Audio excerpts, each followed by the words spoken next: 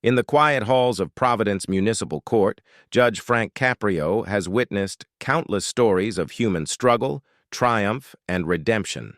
But on this particular Thursday morning, a man would walk into his courtroom who would redefine everything.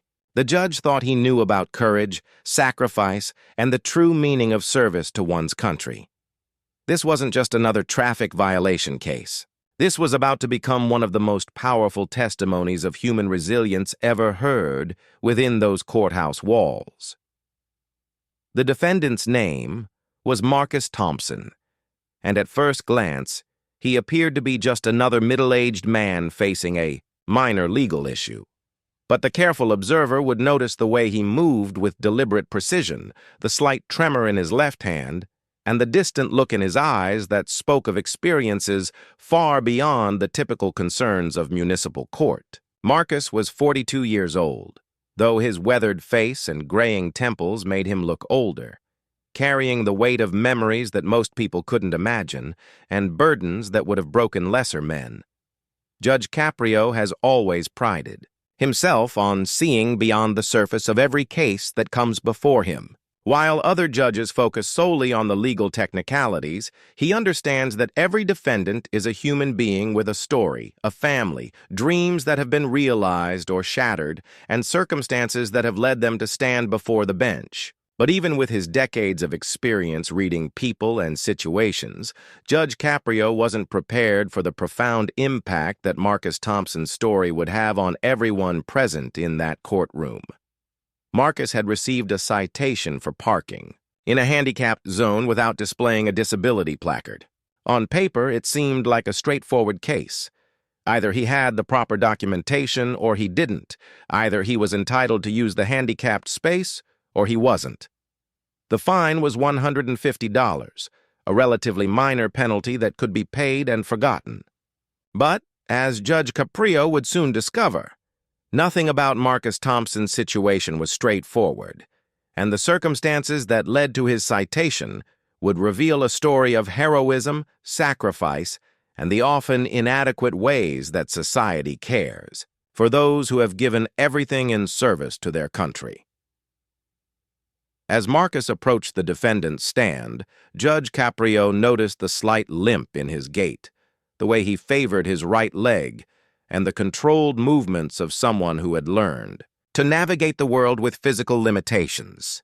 Marcus was dressed in his best clothes, a navy blue suit that had seen better days but was meticulously clean and pressed, a white shirt with a tie that had been knotted with military precision, and black shoes polished to a mirror shine that reflected his years of military discipline and pride in his appearance despite his circumstances. "Good morning, Mr. Thompson," Judge Caprio said with his characteristic warmth, immediately sensing that this case would require more than his usual judicial efficiency. "I see you're here regarding a parking violation in a handicapped zone. Can you tell me what happened that day?" The question seemed simple enough, but as Marcus began to speak, it became clear that the answer would take them into territory that few courtrooms ever venture. The complex intersection of military service, disability, bureaucratic failures, and the daily struggles of veterans trying to rebuild their lives. After giving everything for their country, Marcus's voice was steady but quiet, carrying the measured cadence of someone who had learned to choose his words carefully, to speak with precision and purpose, even when discussing the most painful aspects of his experience. "Your Honor, I understand why I received this citation. And I'm not here to make excuses or claim that I'm above the law. I parked in that handicapped space because I needed to, but I didn't have my placard with me that day because of circumstances that I'm still trying to work through with the veterans." Administration. Judge Caprio leaned forward slightly, his experienced instincts telling him that there was much more to this story than a simple case of forgotten paperwork. The mention of the Veterans Administration immediately shifted the context of the case, suggesting layers of complexity that would require patience and understanding to unravel. "Mr. Thompson, are you a veteran?" the judge asked, though something in Marcus's bearing and demeanor had already suggested the answer. "Yes, sir," Marcus replied, his posture straightening almost imperceptibly as military bearing reasserted itself. United States Army served 3 tours in Afghanistan between 2008 and 2014. I was a sergeant with the 101st Airborne Division, and I was proud to serve my country in whatever capacity was needed. The simple statement carried enormous weight, representing years of his life spent in one of the most dangerous and challenging military environments of the modern era. Judge Caprio felt a familiar tightness in his chest that he always experienced when dealing with veterans' cases. His own father had served in World War II, and he understood something about the unique challenges that military service could create, the way that the skills and experiences that make someone an effective soldier don't always translate easily to civilian life. But he also understood that every veteran's story is unique, shaped by their specific experiences, their individual strengths and vulnerabilities, and the particular circumstances they faced both during and after their service. "Tell me about your disability, Mr. Thompson," Judge Caprio said gently, recognizing that this was sensitive territory, but understanding that the full context was necessary to make a fair and appropriate decision. "What happened during your service that led to your current situation?" The question opened the door to a story that would challenge everyone present to think differently about sacrifice, service, and the often invisible wounds that veterans carry long after they return home from war. Marcus took a deep breath, gathering himself for what was clearly a difficult conversation. Even years after the events he was about to describe, talking about his injuries and their aftermath remained challenging, not because of self-pity or bitterness, but because of the way trauma becomes embedded in the nervous system, creating physical and emotional responses that persist long after the immediate danger has passed. "Your Honor, my injuries occurred during my final deployment in 2014. I was leading a patrol in Helmand Province when our convoy was hit by an IED, an improvised explosive device." The courtroom fell completely silent as Marcus began to describe the event that had changed his life forever. Judge Caprio had heard many difficult stories during his time on the bench. But there was something about the quiet dignity with which Marcus spoke about his trauma that commanded absolute attention and respect from everyone present. As Marcus continued his testimony, Judge Caprio could see the weight of memory settling over the veteran's shoulders like a heavy cloak. The courtroom had taken on an almost sacred quality, as if everyone present understood they were about to witness something profound and deeply personal. Marcus's next words would transport them all to a dusty road in Afghanistan, to a moment of violence and chaos that would forever alter the trajectory of one man's life. "It was March 15th, 2014, Marcus said, his voice taking on the precise, factual tone that military training instills when reporting critical incidents. We were conducting a routine patrol through a village where we had been working to establish relationships with local leaders and provide security for a medical team that was treating children in the area. It was supposed to be a straightforward mission, the kind we had done dozens of times before without incident." Judge Caprio found himself completely absorbed in Marcus's narrative, imagining the heat and dust of Afghanistan, the constant tension of operating in a hostile environment, where danger could emerge from anywhere at any moment. The judge's own father had rarely spoken about his war experiences, but Judge Caprio had always understood that military service involved a level of risk and sacrifice that most civilians could never fully comprehend. "I was the squad leader for 8 soldiers, good men and women who had become like family to me during our deployment," Marcus continued, his voice carrying the deep affection and responsibility that non-commissioned officers feel for the troops under their command. "We had been in country for 11 months by that point, and we were all looking forward to going home to our families. We were careful, always following protocol, always watching out for each other. But sometimes in war, careful isn't enough." The personal connection that Marcus felt to his fellow soldiers was evident in every word he spoke about them. "Judge, Caprio could see that this wasn't just a man describing a military incident. This was a leader who had carried the responsibility for other people's safety and welfare, someone who understood that every decision he made could mean the difference between his soldiers coming home alive or in flag-draped coffins. The IED was buried in the road about 2 miles outside the village, Marcus explained, his clinical description unable to completely mask the emotional weight of what he was remembering. Our vehicles were spaced according to standard operating procedures, with mine in the lead position.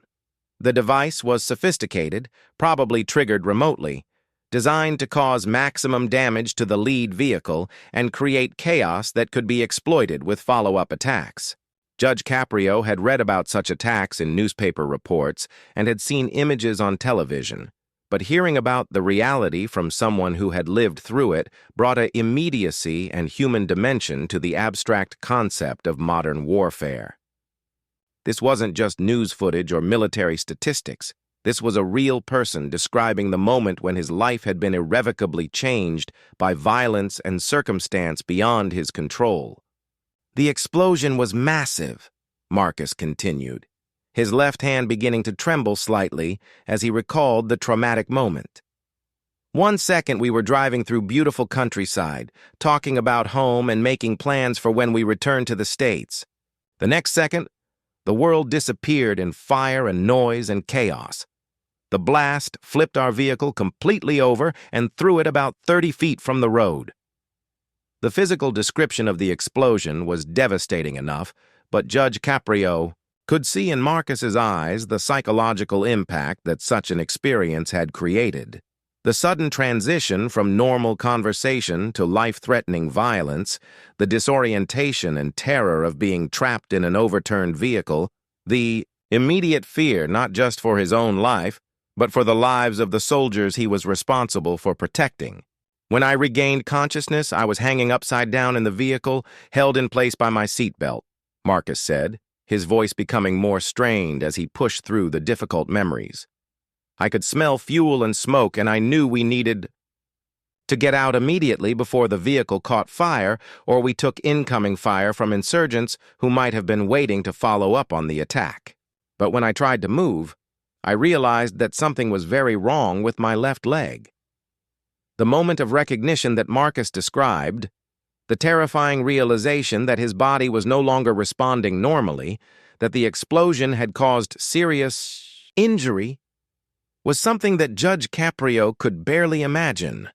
The physical pain would have been overwhelming, but the psychological impact of suddenly understanding that his capabilities had been fundamentally altered must have been equally devastating. My left leg was crushed from the knee down, Marcus explained with the matter-of-fact delivery that military training teaches for reporting casualties. Multiple fractures, torn ligaments, severe tissue damage. But at that moment, all I could think about was getting my soldiers out of that vehicle and to safety. The pain was secondary to the mission, to my responsibility as their leader.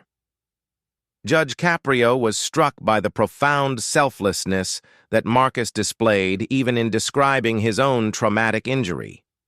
Here was a man who had been seriously wounded, facing a life-threatening situation, but whose primary concern remained the welfare of the people under his command. It spoke to a level of character and dedication that transcended normal civilian understanding of duty and responsibility. I managed to get my seatbelt off and help extract the other 3 soldiers who were in my vehicle, Marcus continued, his voice growing stronger as he described his actions despite his injuries. 2 of them had concussions and lacerations. One had a broken arm, but everyone was conscious and mobile. We got clear of the vehicle just before it caught fire, and we established a defensive perimeter while we waited for the medical evacuation helicopter and additional support. The image of Marcus, with his leg severely injured, still taking charge of the situation and ensuring the safety of his fellow soldiers, painted a picture of extraordinary courage and leadership under the most extreme circumstances imaginable. Judge Caprio found himself thinking about the split-second decisions that military leaders must make, the way training and character combine to create actions that seem almost superhuman to civilian observers. The medevac helicopter arrived about 20 minutes later, Marcus said, his narrative beginning to shift from the immediate crisis to the long journey of recovery that would follow. I was conscious during the flight to the field hospital, trying to stay alert and monitor the condition of my soldiers who were being transported with me. Even then, I was more worried about them than about my own injuries. Judge Caprio could see that Marcus's identity as a leader and protector had been so fundamental to his sense of self that even while facing his own medical crisis, his instinct was to focus on the welfare of others.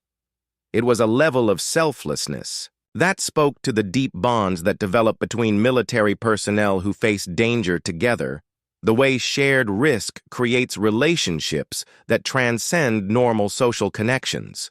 The doctors at the field hospital did everything they could, but the damage to my leg was extensive, Marcus continued, beginning to address the long-term consequences of his injuries. I underwent multiple surgeries over the following weeks, but it became clear that my leg would never function normally again. The doctors saved the limb, but the mobility, the strength, the reliability, all of that was gone forever. The clinical description of his medical treatment couldn't hide the profound life change that Marcus was describing. For someone whose identity had been built around physical capability, leadership, and service to others, the sudden limitations imposed by his injuries represented not just a medical challenge, but a fundamental redefinition of who he was and what he could contribute to the world. As Marcus continued his testimony, Judge Caprio could see the profound shift that occurred when the veteran began describing his transition from active duty to civilian life. The confident, capable soldier who had led men and women through combat zones had been forced to navigate an entirely different kind of battlefield, one filled with bureaucratic obstacles, medical appointments, and the daily challenge of rebuilding an identity that had been fundamentally altered by his injuries. After 3 months of medical treatment overseas, I was transferred to Walter Reed Medical Center for additional surgeries and rehabilitation, Marcus explained, his voice taking on a weariness that spoke to the exhausting nature of long-term medical care. The doctors and medical staff there were incredible. They did everything possible to help me regain as much function as I could. But it quickly became clear that my military career was over, and I had to start thinking about what my life was going to look like as a civilian with a permanent disability. Judge Caprio had heard about Walter Reed from news reports and political discussions, but hearing about the experience from someone who had actually been a patient there gave him a deeper understanding of what wounded veterans face during their recovery. The physical rehabilitation was only part of the challenge. There was also the psychological adjustment to a completely different future than the one Marcus had planned for himself. The hardest part wasn't the physical therapy or the pain management, Marcus continued, revealing insights that surprised Judge Caprio with their emotional depth. The hardest part was losing my sense of purpose, my identity as a soldier and a leader. For 20 years, since I enlisted at 18, my entire life had been built around serving my country and taking care of my fellow soldiers. Suddenly, I was the one who needed taking care of, and I didn't know how to be that person. The identity crisis that Marcus described resonated deeply with Judge Caprio, who understood how fundamental a person's profession and sense of contribution could be to their overall well-being and self-worth. For someone whose entire adult life had been defined by military service, the sudden transition to disability and dependence represented a complete reimagining of personal value and social role. I was medically retired from the Army in December 2014 with a 100% disability rating, Marcus explained, using terminology that Judge Caprio wasn't entirely familiar with, but that clearly carried significant meaning in the veterans' community. That rating means that the VA recognizes that my injuries prevent me from maintaining substantially gainful employment. It should have made me eligible for full disability benefits and medical care. But the reality of navigating the VA system turned out to be more complicated than anyone had prepared me for. Judge Caprio felt a familiar frustration rising as Marcus began to describe his experiences with the Veterans Administration. The judge had heard similar stories from other veterans who had appeared in his courtroom over the years, and it seemed unconscionable that people who had sacrificed so much for their country should face additional battles just to receive the care and support they had earned through their service. When I returned home to Providence, I was living with chronic pain, limited mobility in my left leg, and what the doctors called post-traumatic stress disorder, Marcus continued, his honesty about his mental health challenges revealing a level of self-awareness and courage that impressed Judge Caprio. I had difficulty sleeping, anxiety in crowded places, and episodes where I would become overwhelmed by sounds or situations that reminded me of combat. But I was determined to rebuild my life and find a way to contribute to my community. The multiple challenges that Marcus faced, physical disability, chronic pain, PTSD, and the need to completely restructure his life goals, painted a picture of resilience that was almost incomprehensible to someone who hadn't faced similar obstacles. Judge Caprio found himself thinking about the complexity of trauma recovery, the way that invisible wounds could be just as debilitating as physical injuries. I applied for my disability placard through the VA system in January 2015, Marcus explained, bringing his story back to the immediate legal issue that had brought him to court. The process was supposed to take 4 to 6 weeks, but it stretched into months. Every time I called for an update, I was told that my paperwork was being processed, that there were delays in the system, that I should be patient while they worked through a backlog of applications. Judge Caprio shook his head in disbelief at the bureaucratic delays that Marcus was describing. Here was a man who had given everything for his country, who had been seriously injured in service to his fellow citizens, and he was being forced to wait months for basic accommodations that would allow him to function in civilian society. The disconnect between the respect and gratitude that society claimed to feel for veterans and the actual support systems available to them was stark and troubling.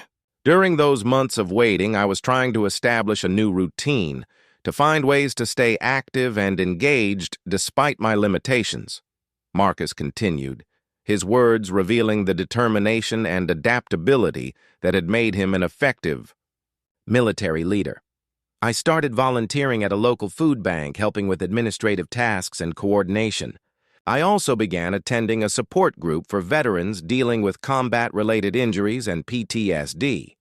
The picture that emerged from Marcus's description was of someone who, despite facing overwhelming personal challenges, was still looking for ways to serve others and contribute to his community. Judge Caprio was struck by the fundamental generosity of spirit that Marcus displayed, the way he had channeled his military training and leadership experience into civilian volunteer work, even while struggling with his own recovery.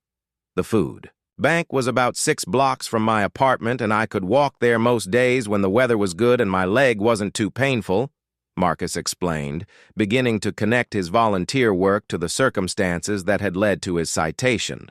But on days when the pain was severe or when I had medical appointments that left me exhausted, I needed to drive.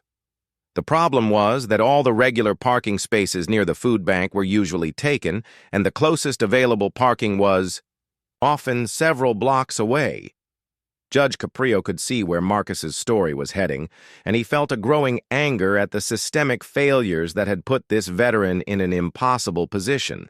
Here was a man who was trying to contribute to his community, despite significant personal challenges, but who was being hindered by bureaucratic delays and inadequate support systems. On several occasions, I had to choose between missing my volunteer commitments or parking illegally closer to the building, Marcus continued, his words revealing the ethical dilemma that his situation had created. I knew that parking in handicapped spaces without a placard was wrong, but I also knew that if I didn't show up for my volunteer work, the food bank would be short-staffed and might not be able to serve all the families who depended on them for basic nutrition. The moral complexity of Marcus's situation was exactly the kind of case that Judge Caprio encountered regularly in his courtroom. Good people forced to make difficult choices because of circumstances beyond their control. The veteran wasn't trying to excuse his violation of parking regulations, but he was providing context that revealed the broader systemic issues that had contributed to his predicament. I finally received my disability placard in September 2015, almost 9 months after I had applied for it, Marcus said, his voice carrying frustration and exhaustion from the lengthy bureaucratic process. But during those months of waiting, I received 3 parking citations for using handicapped spaces without proper documentation. Each citation was $150, and for someone living on disability benefits, those fines represented a significant financial burden. Judge Caprio felt his anger building as he listened to Marcus describe the financial impact of the citations. Here was a veteran who had sacrificed his health and future earning capacity in service to his country, who was trying to volunteer his time to help others, and who was being penalized for bureaucratic delays that were completely outside his control. Judge Caprio felt the weight of Marcus's story settling over the courtroom like a heavy blanket of respect and profound sadness. Every person present, the court clerk, the bailiff, the handful of other defendants waiting their turn, had stopped what they were doing to listen to this veteran's testimony. What had started as a routine parking violation case had transformed into something much deeper, a window into the often invisible struggles of those who have sacrificed everything for their country only to find themselves fighting new battles on the home front. "Mr. Thompson," Judge Caprio said, his voice thick with emotion, "before we discuss the specific citation that brought you here today, I need to ask you something. How are you doing now? How are you coping with everything you've been through?"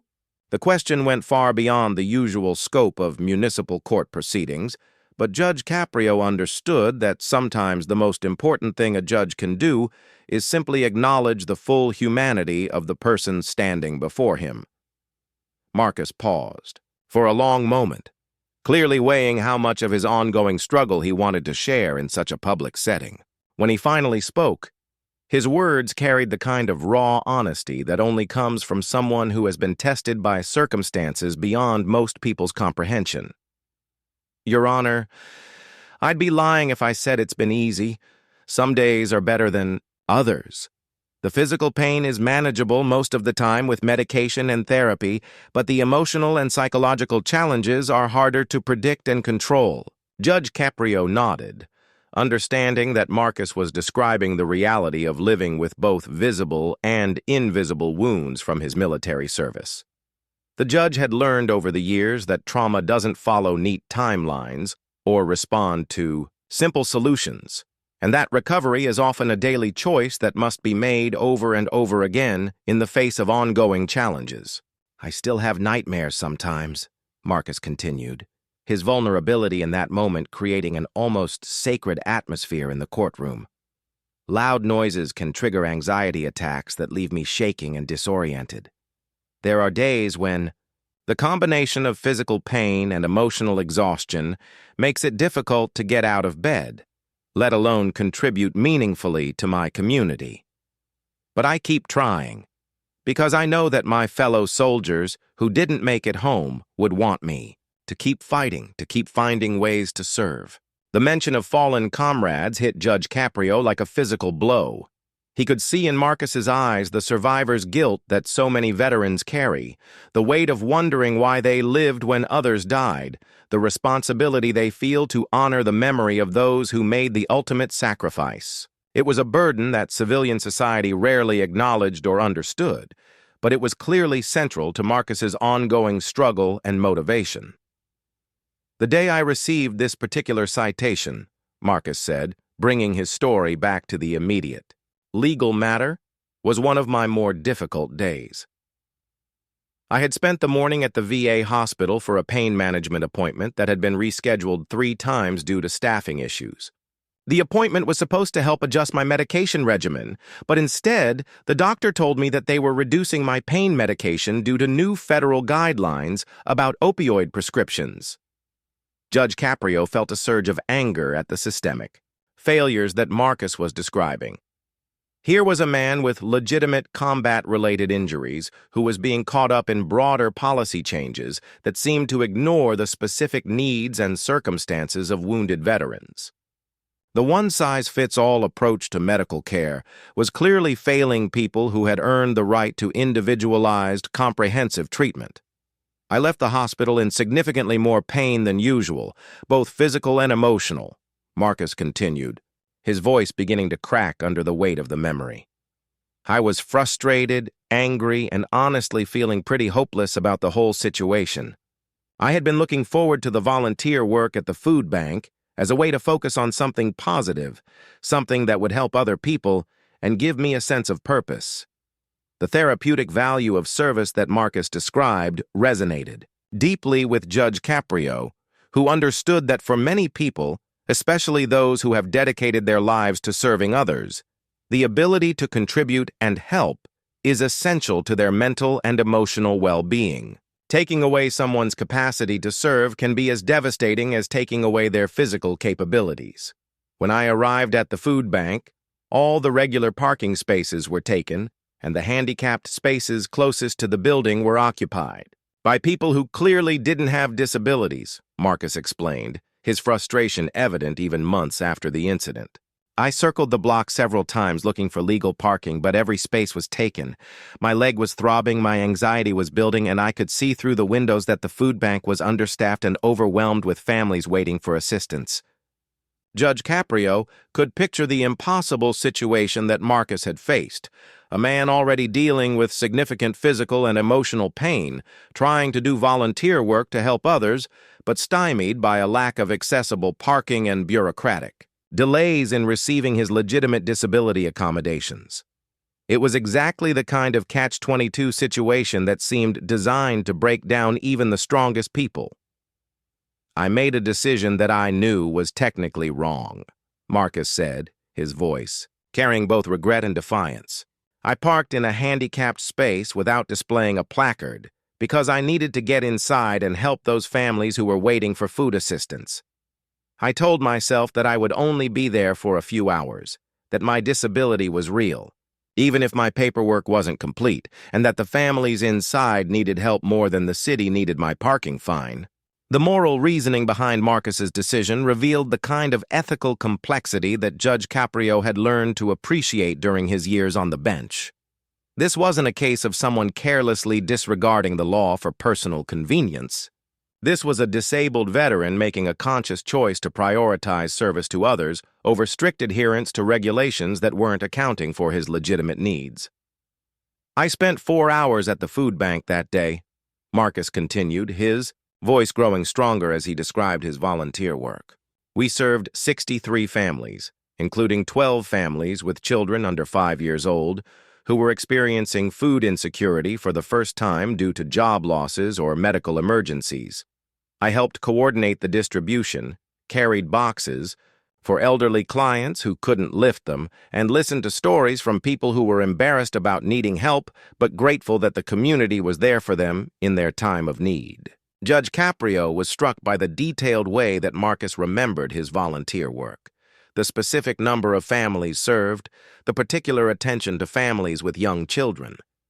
It was clear that this work meant everything to Marcus, that it represented his way of continuing to serve others despite his own challenges and limitations. When I returned to my car after those 4 hours of volunteer work, I found the parking citation under my windshield wiper, Marcus said, his voice taking on a tone of weary resignation. I wasn't surprised. I had known the risk I was taking when I made the decision to park there. But I was disappointed, because that $150 fine represented about 3 days of my disability income, money that I needed for medication, food, and basic living expenses. The financial impact of the citation on someone living on disability benefits was staggering to Judge Caprio, who began to understand the impossible choices that veterans like Marcus face every day. The parking fine wasn't just an inconvenience or a minor penalty. It was a significant portion of Marcus's monthly income, money that he needed for basic survival and medical care. "Your Honor," Marcus said, looking directly at Judge Caprio with eyes that held both pride and vulnerability. "I'm not here today asking for special treatment because I'm a veteran. I'm here because I believe that sometimes the letter of the law and the spirit of justice don't align perfectly, and I'm hoping that you'll consider the full context of my situation when making your decision about this citation." Judge Caprio sat in complete silence for several long moments after Marcus finished speaking, the weight of the veteran's testimony settling over the courtroom like a sacred presence. In 30 years of presiding over municipal court, Judge Caprio had heard thousands of stories, witnessed countless human dramas, and made decisions that affected people's lives in ways both large and small. But never had he felt more profoundly moved or more acutely aware of the responsibility that comes with wielding judicial authority than he did in this moment, facing a man who embodied everything noble about service, sacrifice, and perseverance, in the face of unimaginable challenges. When Judge Caprio finally spoke, his voice was thick with emotion that he made no attempt to hide or suppress. "Mr. Thompson," he said, standing up from his chair in a gesture of respect that surprised everyone in the courtroom, "I want you to know that in 3 decades of serving as a judge, I have never been more honored to have someone stand before my bench. Your service to our country, your sacrifice, your ongoing commitment to helping others despite your own struggles. These things represent the very best of what it means to be an American citizen." Marcus stood straighter at Judge Caprio's words, his military bearing reasserting itself in response to the recognition and respect being shown by someone in authority. But Judge Caprio could also see tears forming in the veteran's eyes, suggesting that such acknowledgement and validation had been all too rare in his experience with civilian institutions since his return from military service.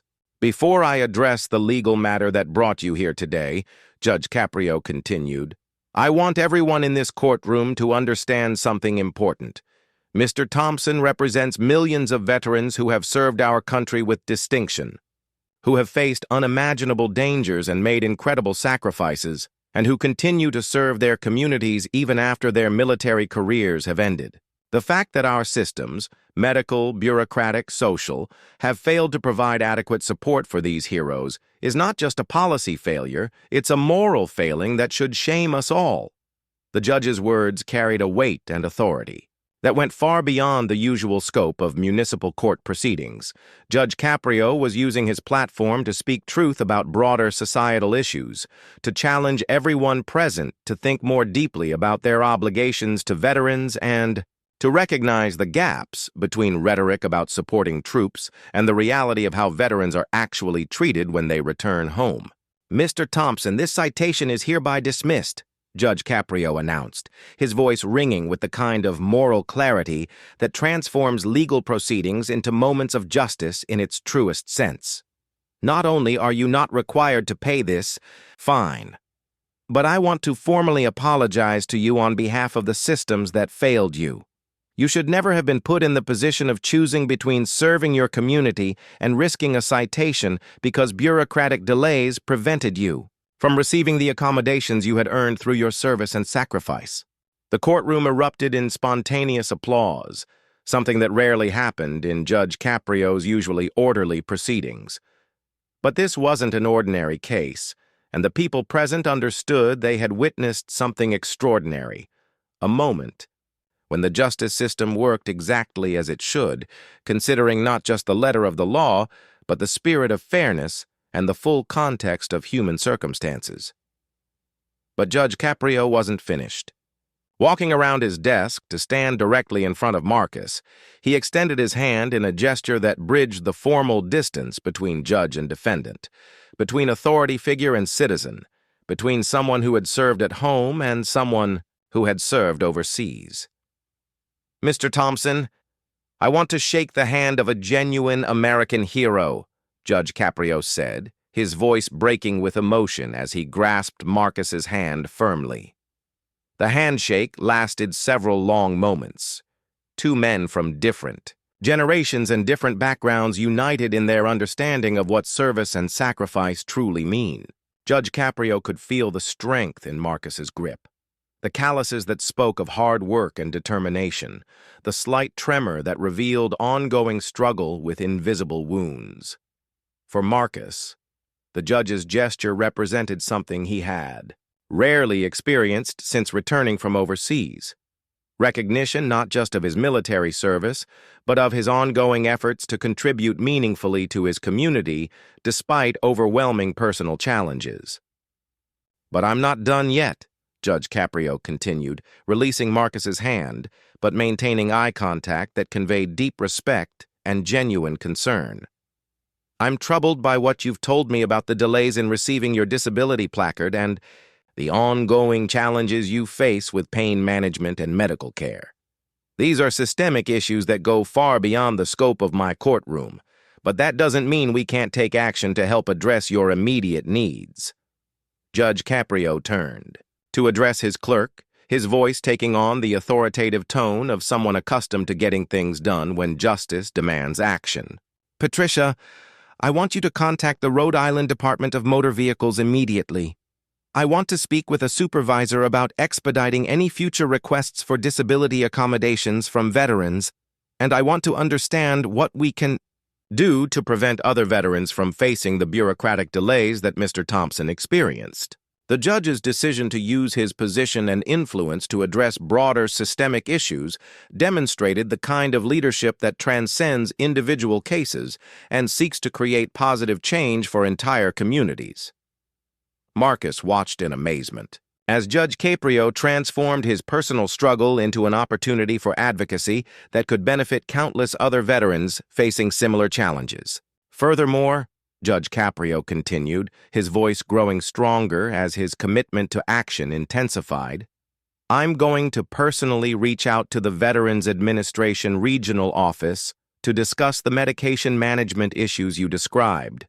No veteran should have to choose between adequate pain relief and compliance with arbitrary policy changes that don't account for combat-related injuries and individual medical needs." The courtroom had become completely silent as everyone present witnessed something unprecedented, a municipal court judge using his platform not just to address a single citation but to advocate for systemic changes that could improve the lives of veterans throughout the region.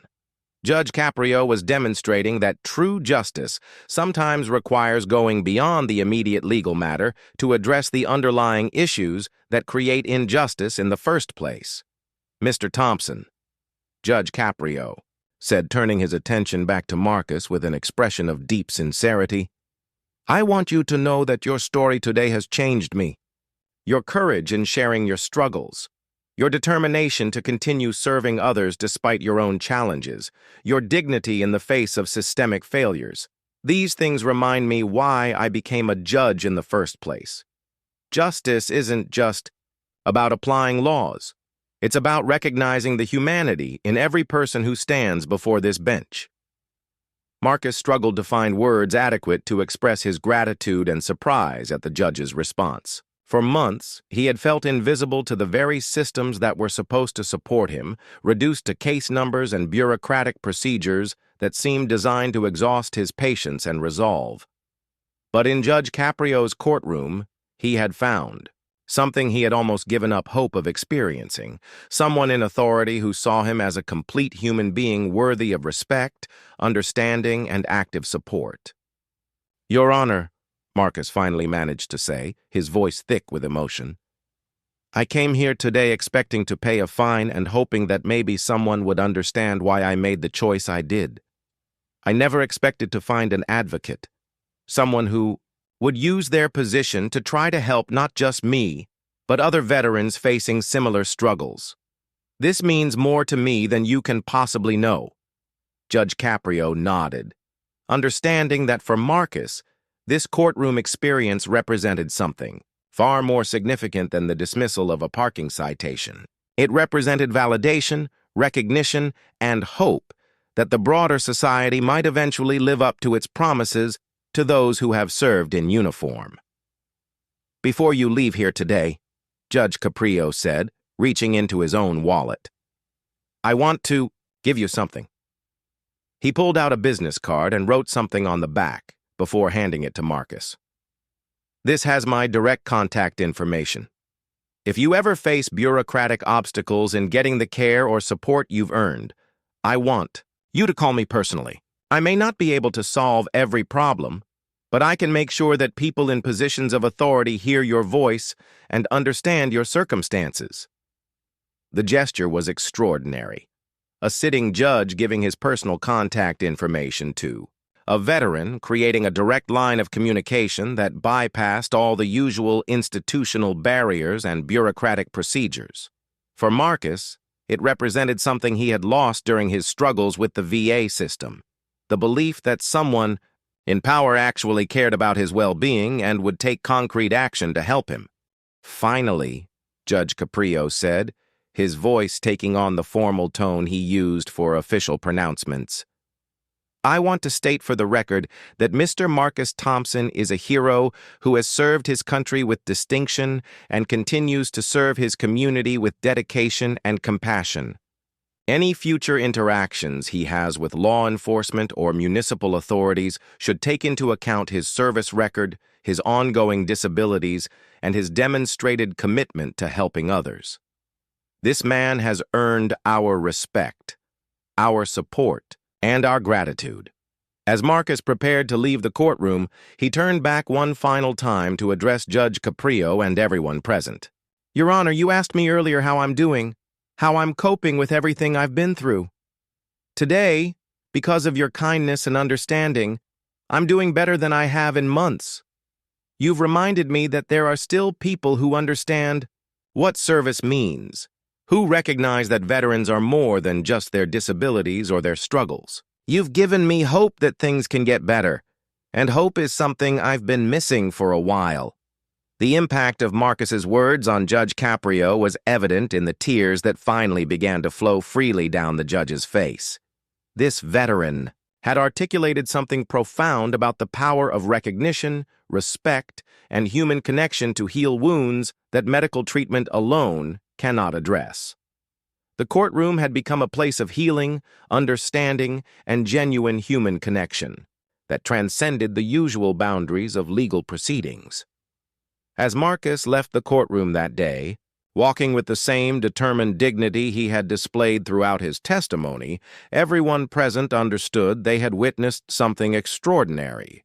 This hadn't just been a case about a parking violation, it had been a masterclass in courage, resilience, service, and the true meaning of justice. Judge Caprio had demonstrated that sometimes the most important thing a person in authority can do is simply listen, understand, and take action to support those who have already given so much in service to others. The story of Marcus Thompson's appearance in Judge Caprio's courtroom would go on to be shared millions of times, inspiring countless acts of kindness toward veterans and reminding people everywhere that true heroism often looks like quiet determination to keep serving others, despite overwhelming personal challenges. But perhaps most importantly, it demonstrated that justice, when administered with wisdom and compassion, has the power to heal not just individual cases, but entire communities, creating ripple effects of understanding and support that extend far beyond any single courtroom interaction.